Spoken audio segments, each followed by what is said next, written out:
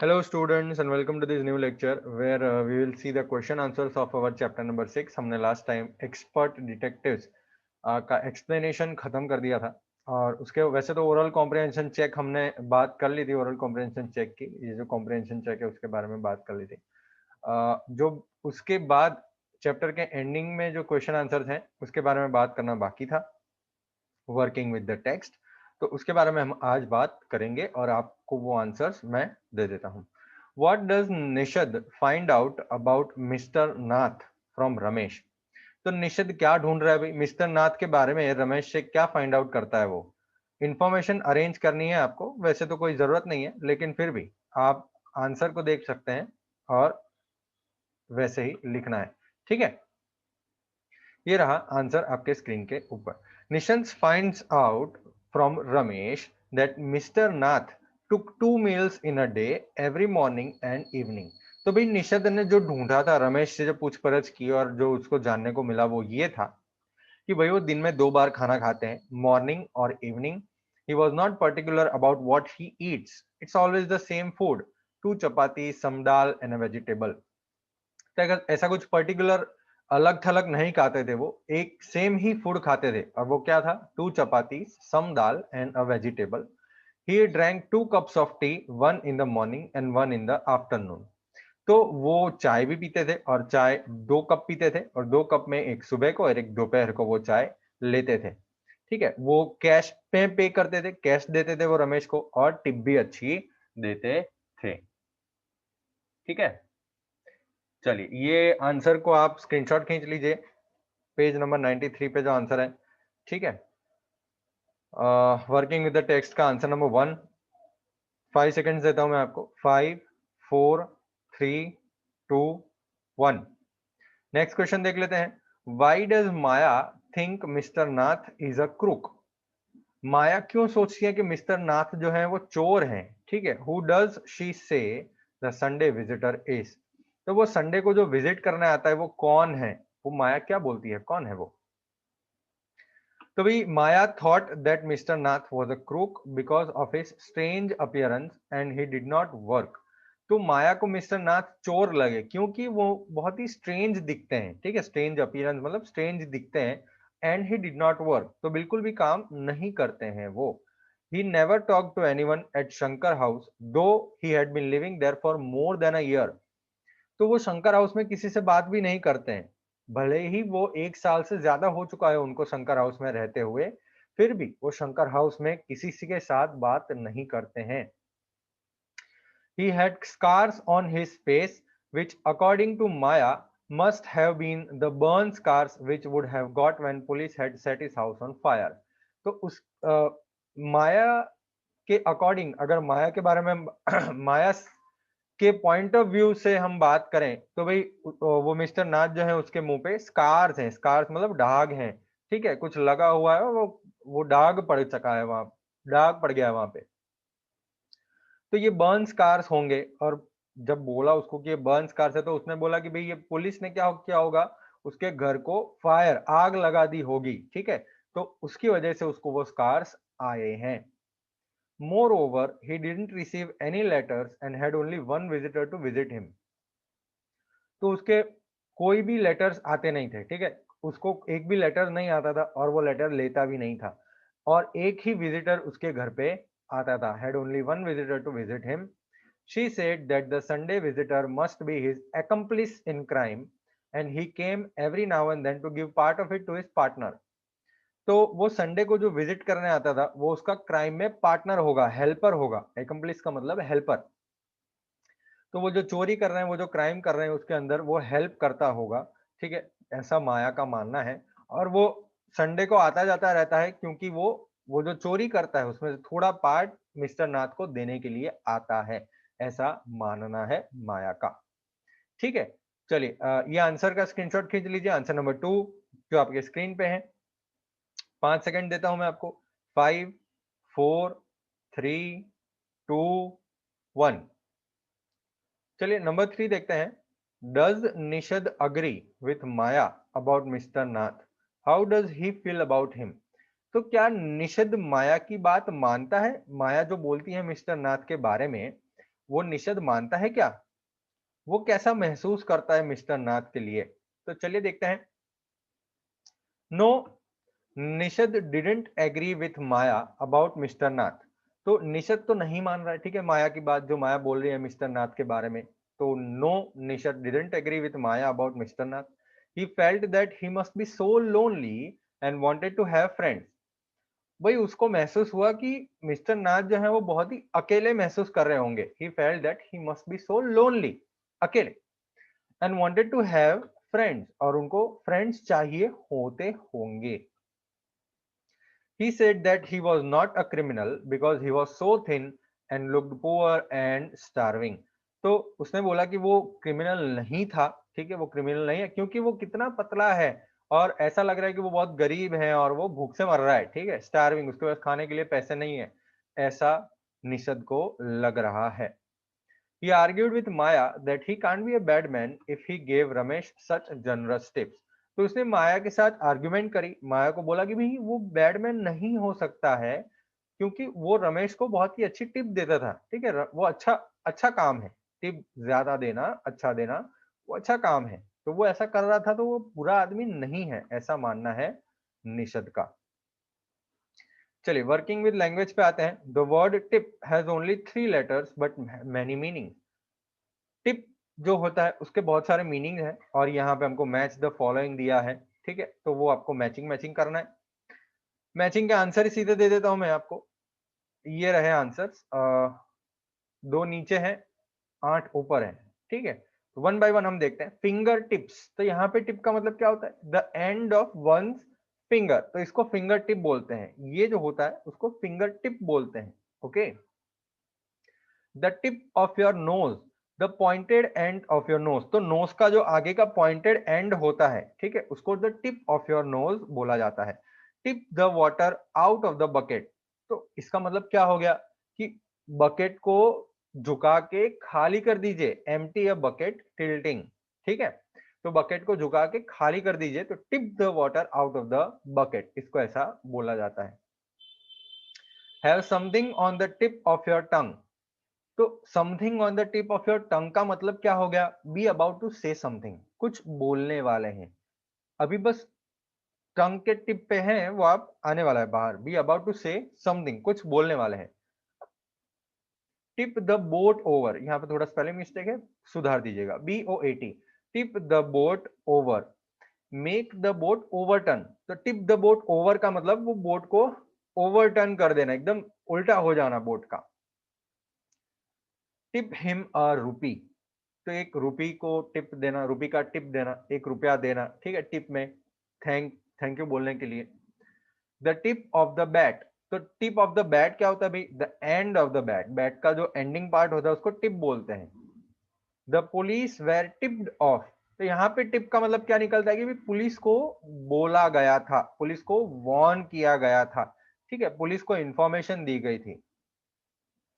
If you take my tip, tip का मतलब यहाँ पे एडवाइस हो जाता है। If you take this advice, तो आप ये सलाह लीजिए। If you take my tip, if you, अगर मेरी सलाह लेंगे तो। The bat tipped the ball, तो टिप्ड द बॉल का मतलब क्या? वो बैट जो है वो बॉल को एकदम लाइटली टच हुआ है, एकदम कटक करके टच हुआ है, ठीक है।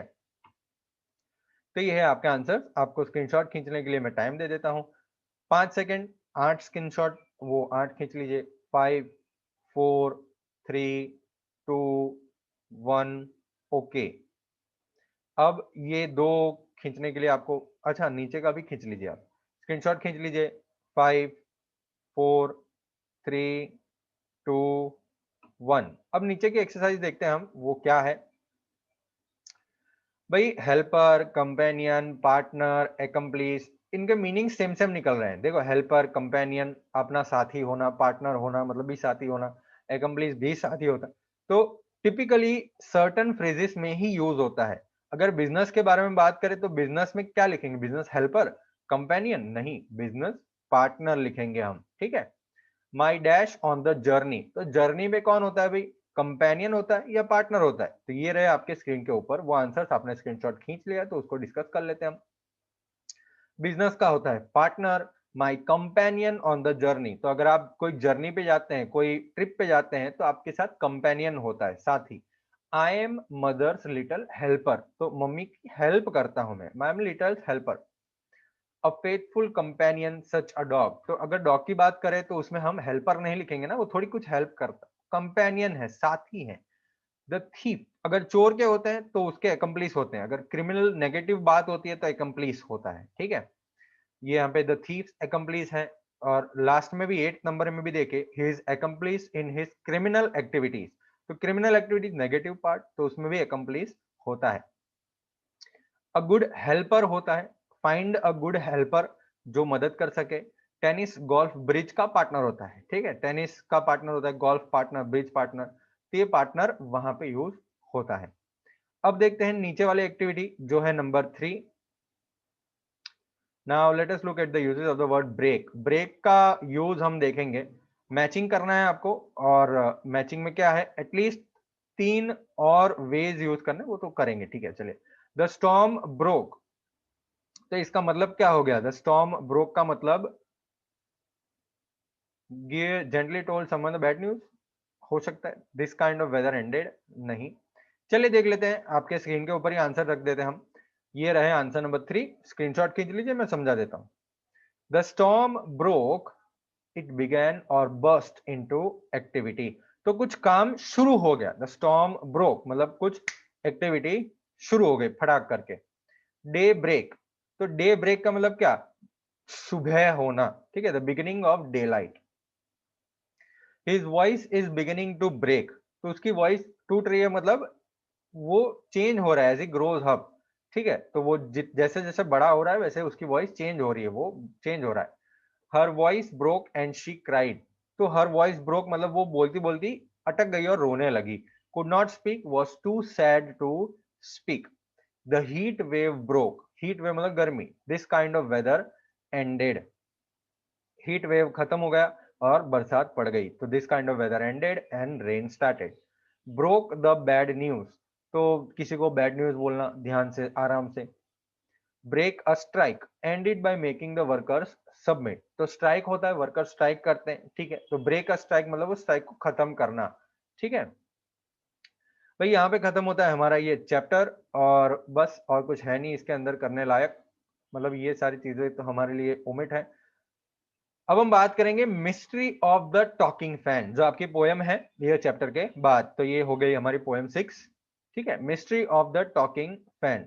चलिए देखते हैं। अब ये मिस्ट्री का मतलब रहस्य, और टॉकिंग फैन, भाई फैन बात कर रहा है, अरे बताइए, फैन बात कर रहा है, ओके, देखते हैं। Is there a ceiling fan in the room where you are sitting now, क्या एक सीलिंग फैन है आपके रूम में जहां पे आप अभी बैठे हैं? वो फैन एकदम क्वाइट है या आवाज करता है? इज द फैन क्वाइट और noisy? If it is noisy, you may be sure it is a distant relative of the talking fan in the poem which you are going to read।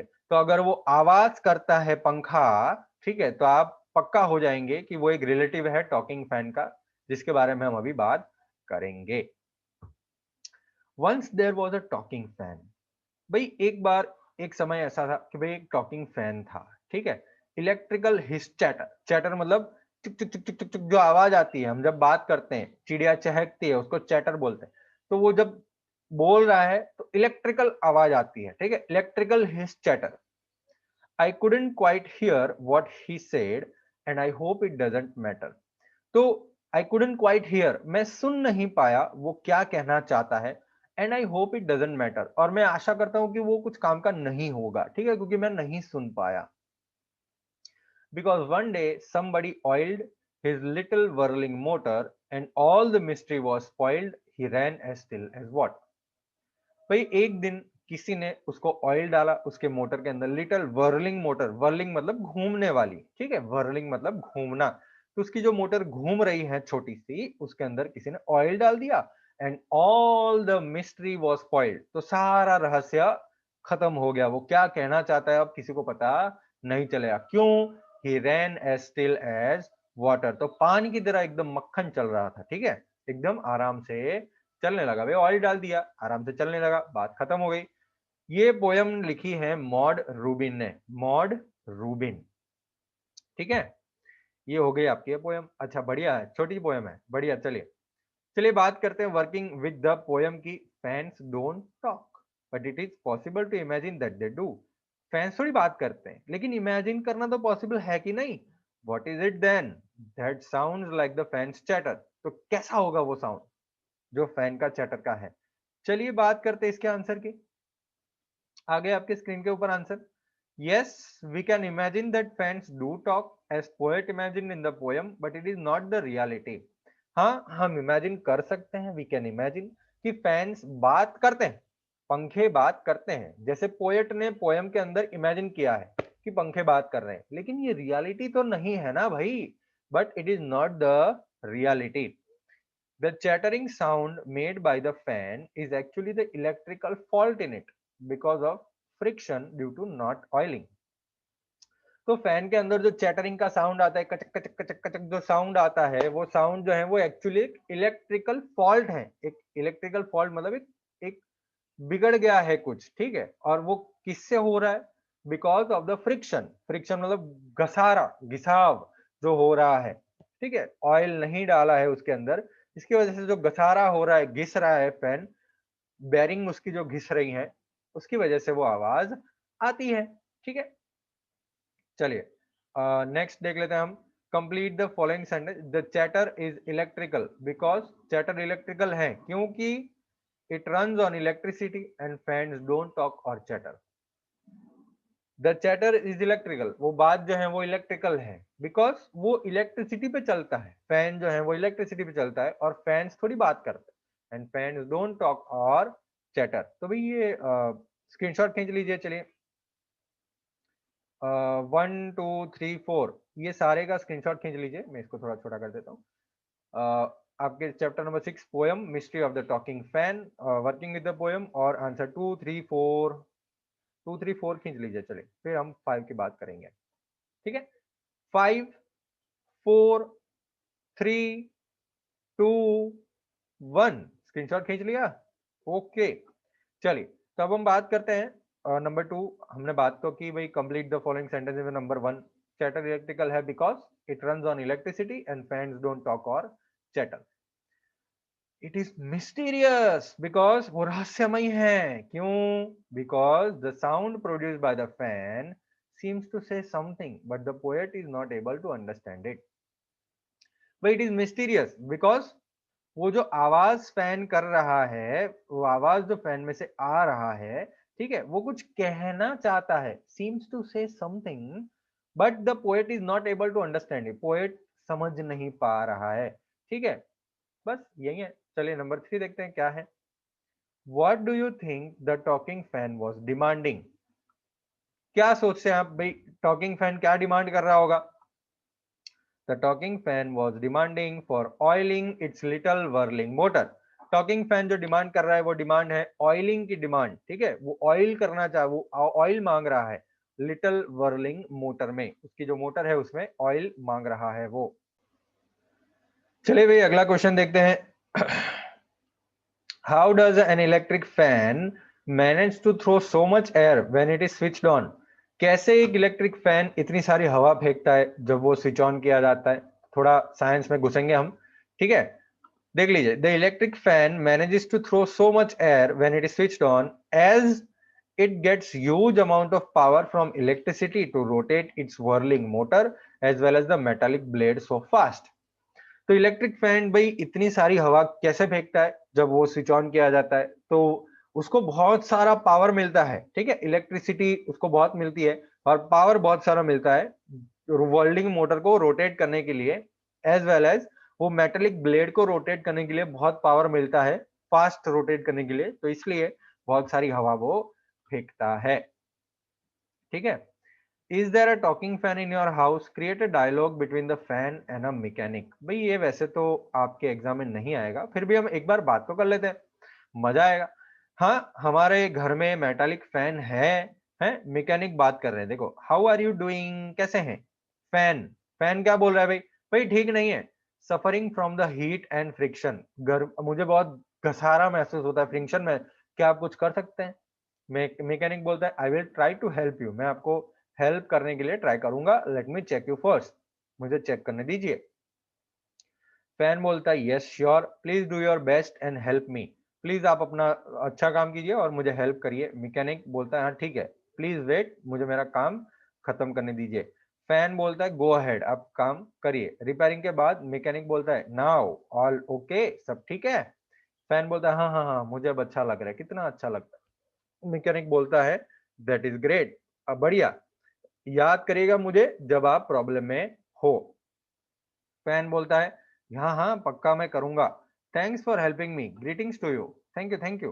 Mechanic ने बोला you are welcome, bye bye, take care. Fan बोलता है bye bye, you too take care. बस ये बातचीत चल रही है। वैसे ये आंसर नहीं आएगा आपके एग्जाम में, फिर भी मजा आता है करने में। ओके, यहाँ पे हमारी ये पोयम भी खत्म हो जाती है, mystery of talking fan. Fan जो है वो, ये क्या है भाई, सेल्वेर माई फ्रेंड। ओके, चलिए थोड़ा कुछ टाइम है हमारे पास, ये क्या है देख लेते हैं।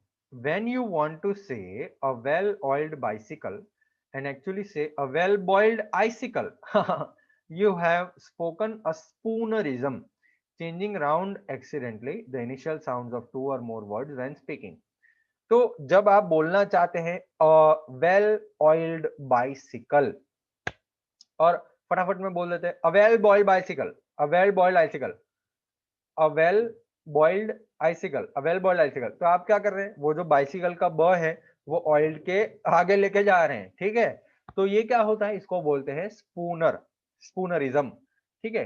स्पून कर देना मतलब राउंड एक्सीडेंटली कर देना, इनिशियल साउंड दो वर्ड्स के चेंज कर देना, ठीक है। तो ये ऑयल्ड का हो गया था बॉइल्ड, ब आ गया बाइसिकल में से ऑयल्ड के आगे और निकल गया पीछे से। Rahul's teacher was angry.